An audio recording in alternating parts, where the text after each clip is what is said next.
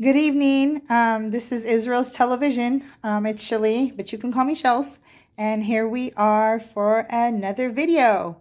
So I sat here pondering the last day or so since I put out the introduction about what to do for this video. I thought, maybe something on the 144,000 or the Earth Angels.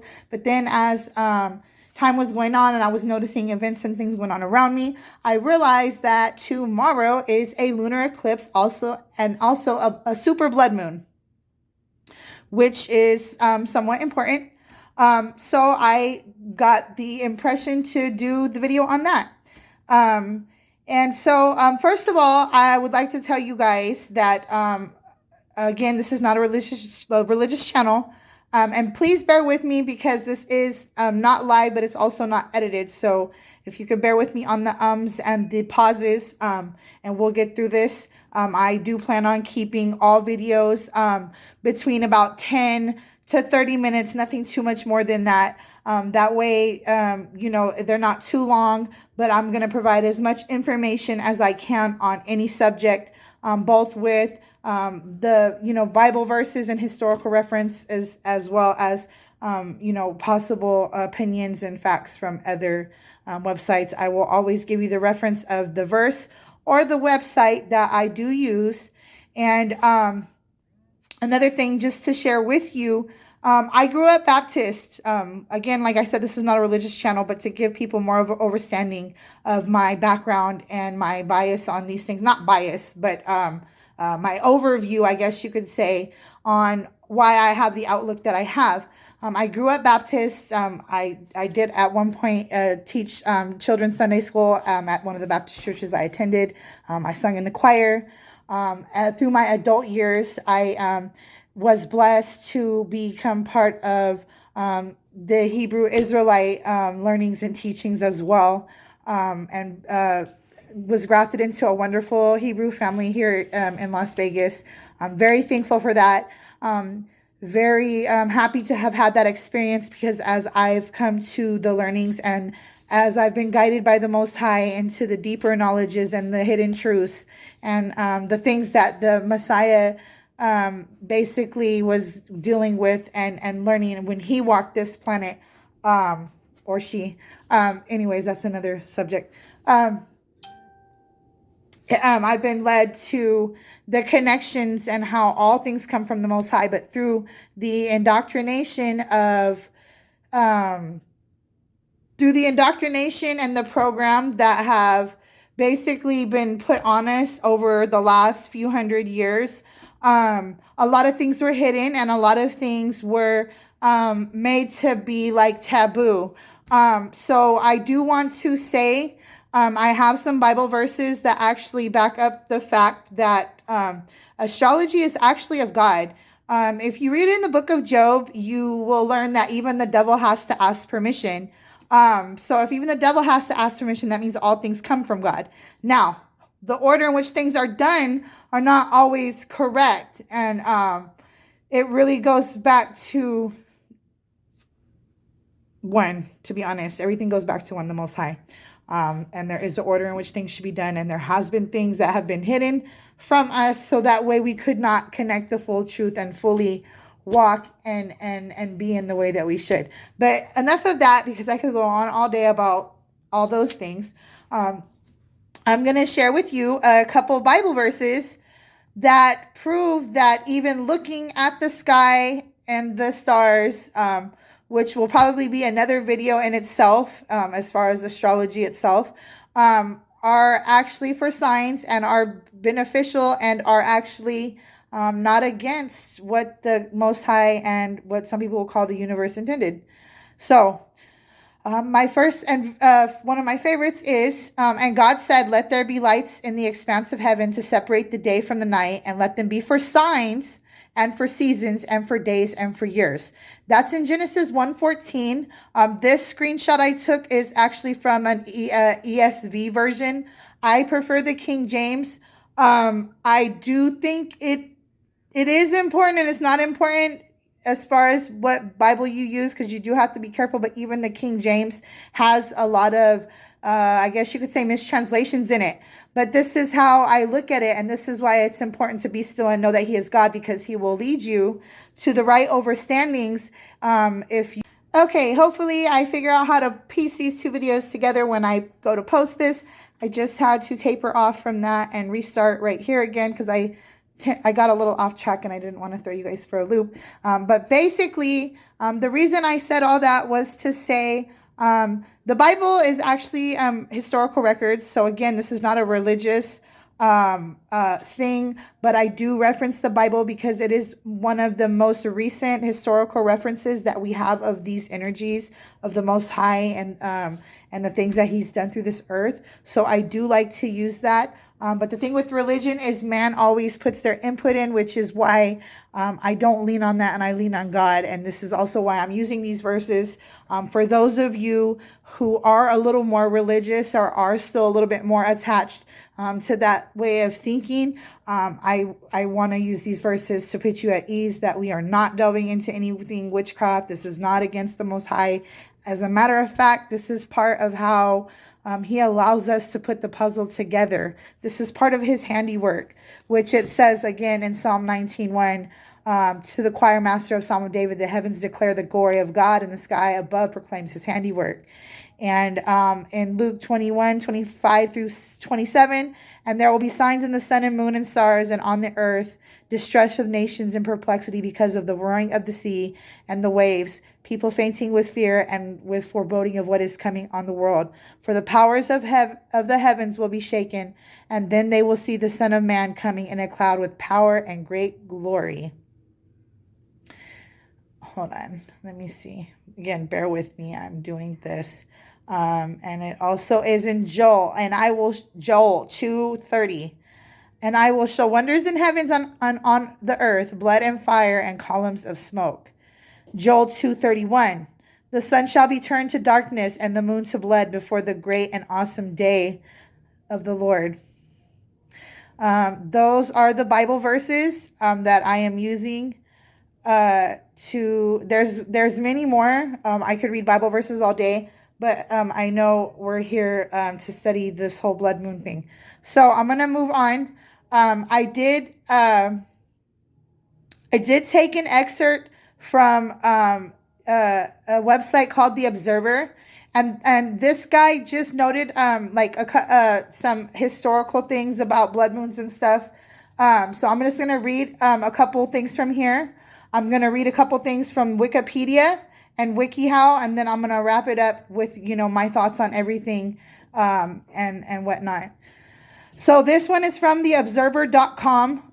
Like I said, I would bring any website. So if you guys want to go take a gander, on your own and maybe read a little further on other people's opinions or, certain things, this is the website you can go to.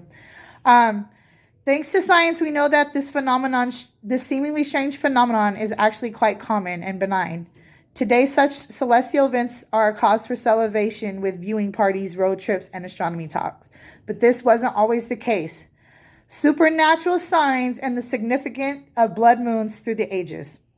Throughout history, each time our satellite was covered by the Earth's shadow, portions of humanity failed to gaze upon it with whimsy and wonder, instead of perceiving it as a sign of impending doom. So even though today a lot of people, we like to go look at it and we think it's really pretty, in time and history, these were considered like bad omens. Ancient cultures and religions around the globe attempted to explain the existence of both solar and lunar eclipses. Many of those stories featured gods, demons, and even mythical creatures that threatened to devour the sun or the moon. People would pray, made offerings and sacrifices to ward off the would-be destroyers. For instance, the Incan people believed the deep red coloring witnessed during a blood moon was caused by a jaguar attacking and eating the moon. They believed that the jaguar might then turn its attention to Earth, so the people would shout, shake their spears, and make their dogs bark and howl, hoping to make enough noise to drive the jaguar away. In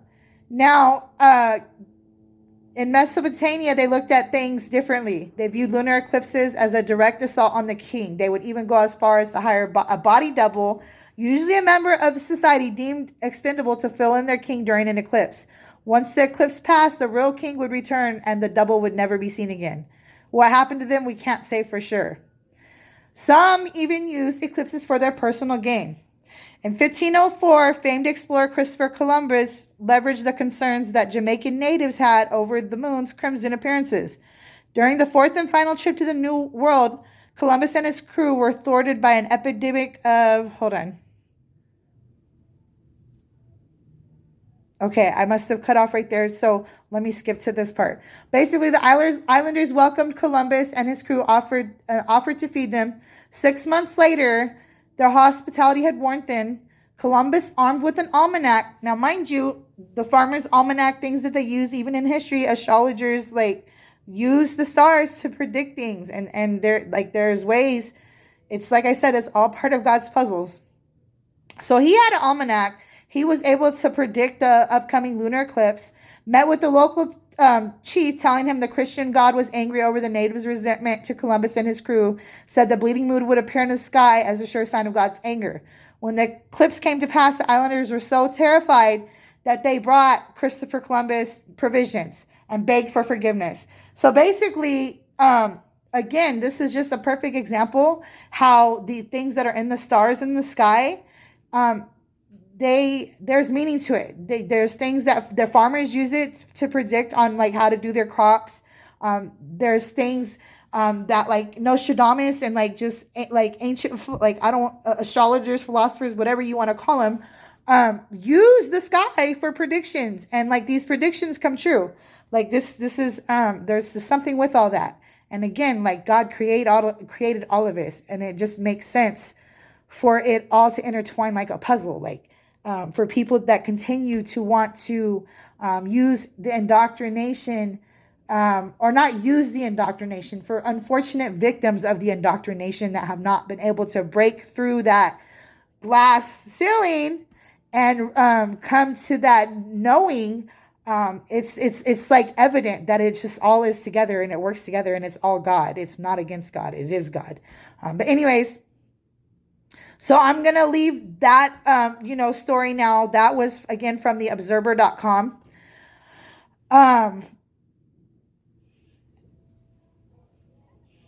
And so here I'm going to go on to, okay.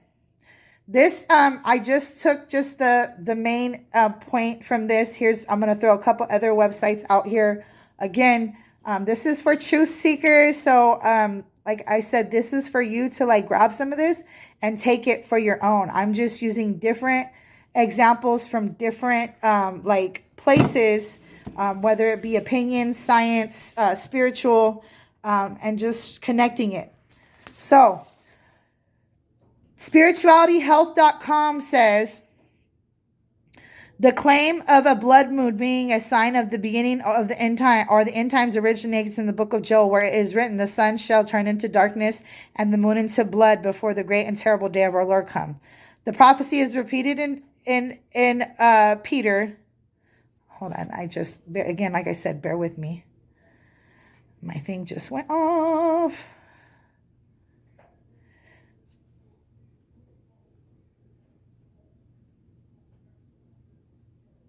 Okay, so the prophecy is repeated in Peter and stated in Acts. So I didn't go all the way into there. I'm not trying to read you guys a book. I'm just giving you, again, just different little things. Okay, Wikipedia.org.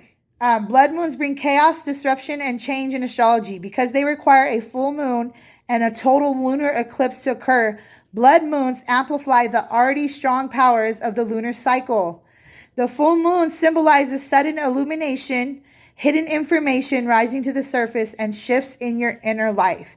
And if you are aware, the moon also represents the emotions.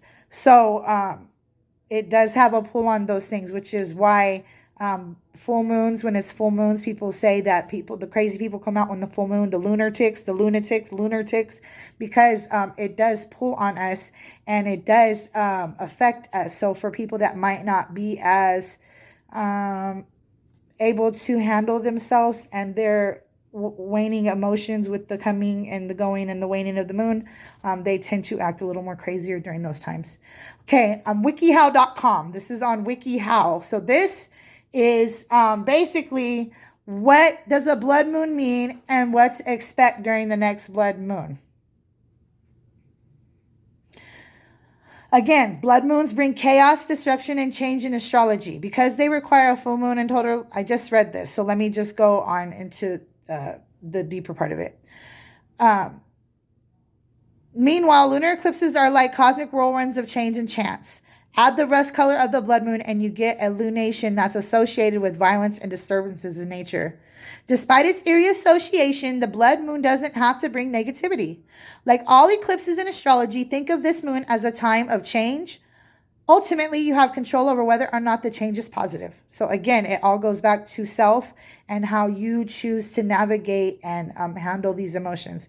There are about 2 lunar eclipses every year, and about 1 in 3 of those eclipses are total lunar eclipses with the potential for a blood moon. So every eclipse is not going to be a blood moon. Matter of fact, those are not as often, but they have been happening more often over the last few years as times have gotten a little bit more crazier and as these spiritual grand times have come to become closer. For those of you that know that this is a wonderful time, it's actually not the end, it's just the beginning. But for a new beginning to come, there has to be certain endings. So, anyways, let me go on. During a lunar eclipse, the sun and earth and moon all align. When these 3 celestial bodies move in place, the earth's position between the moon and the sun casts the moon into shadow. Still, some light from the sun passes through our atmosphere, and that's where the orange and red wavelengths get directed toward the moon, making it look reddish or copper. Some people might use the term blood moon when the moon appears red from haze or pollution, but a true blood moon only occurs during a total lunar eclipse. So even if the moon might be red, it might not be a blood moon. What to do during a blood moon? Now, these are suggestions, and like I said, I believe the puzzle pieces are everywhere. So, and I also know that our true inner self knows, but sometimes the programming that we've endured causes us to have a fear of detaching from it. So we can't, fully attach. There's levels to it. And this is why I'm so glad God took me on the journey that he took me on. But yes, there's truth in all of this. So again, like I said, don't take my word for it. Feel what you resonate with. And if you're having any issues, ask for confirmation. Because like I said, the Most High and the universe, which is the same thing, the Most High is the universe. He will show you. So number 1, what to do during a blood moon. Re-examine the relationships in your life. Eclipses are a time to consider shifts in interpersonal dynamics since the illumination from the full moon will give you a new perspective. You might start to see the true colors of people right around you. Ask yourself whether your relationship feels balanced in terms of effort and energy. Call up a friend and check in with yourself after the call. Do you feel energized or drained? So now is the perfect time to start assessing these things. And I've been talking to people that I love, and we've all had this feeling, even as I see posts on Instagram and Facebook, people are feeling these shifts that are happening. Like these portals are opening I promise you all of this is real. These portals are opening. People are feeling these shifts. It is time to really start assessing your life and what should stay and what needs to go as we enter into this new world in this 5-dimensional earth. 2, meditate and journal. Silence brought by the lunar eclipse's brief moments of darkness might make you feel uneasy. Even all the birds and animals go quiet during this. However, remember, silence can be a good thing. Use the blood moon as a time for reflection and contemplations. Give thanks to people around you. In the past, people would use the blood moon as a time to honor the gods through animals or human sacrifice. To honor the blood moon history of ritual sacrifice in a non-violent way, take a moment to recognize what others have given up for you. I do believe sacrifices can be done, not just with the shedding of blood. There is many ways that you can sacrifice. It could be your time. It could be your virtue. That's another subject. It gets a little deeper.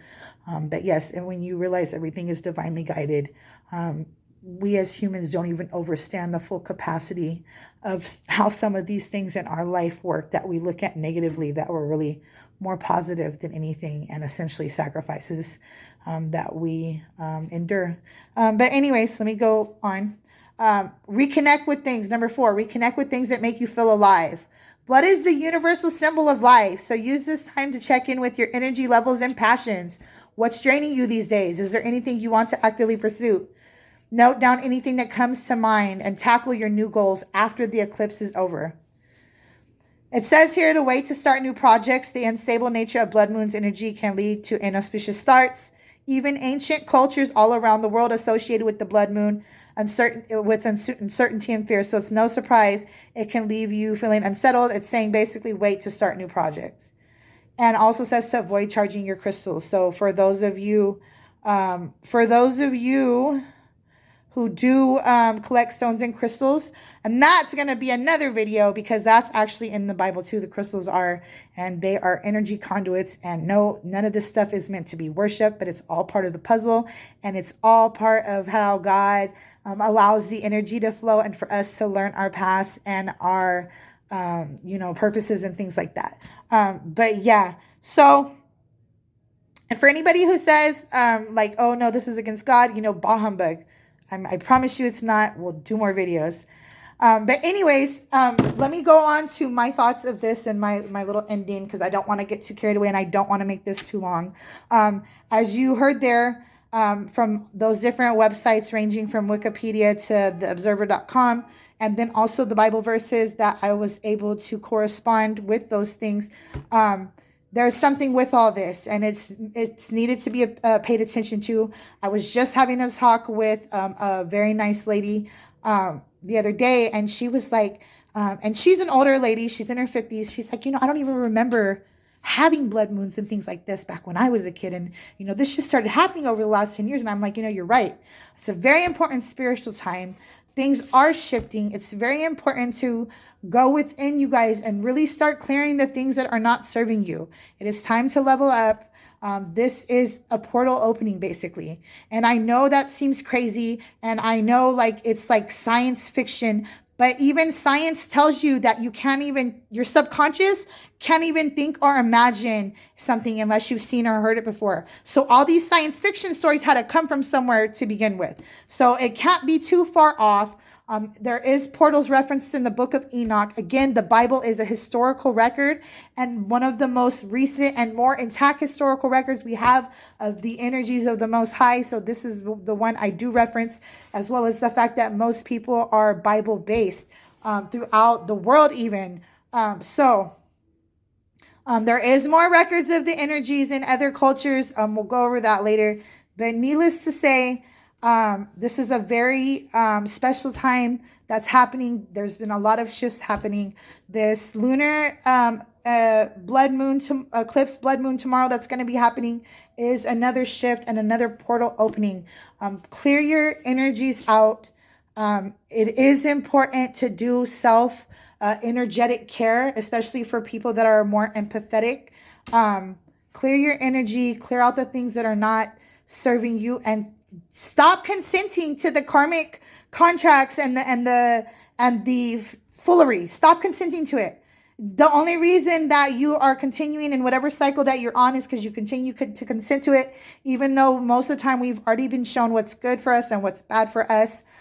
With that being said, I am going to leave it here. I hope that this video was helpful. I hope that I didn't leave too much out. I know that I did read a lot of things from the Wikipedia and from websites and verses. But the beautiful thing about the web portal, again, there's that word portal. This is a portal, is that we get to basically time travel and research the research. Everything's already put together for you. All you got to do is look for it. And like I said, I would use references. So it's not just my word. These are obvious and evident things that people have studied before and went over before, as well as it is in the Bible. So that being said, that's one of my favorite things to say here. I hope you enjoyed this video. I'm going to try to figure out how to piece the beginning and the end together so there's not two videos today. And I hope y'all have a good night. Remember to cleanse, pray, and above all things, be thankful. Even in the darkness, even in the bad times, even in the mess ups, because remember, it's not happening to you, but it's happening for you, for the right things to be pressed out of you and for the proper character to be built for your purpose. All right. Have a good day. See you soon. And don't forget to shine your light.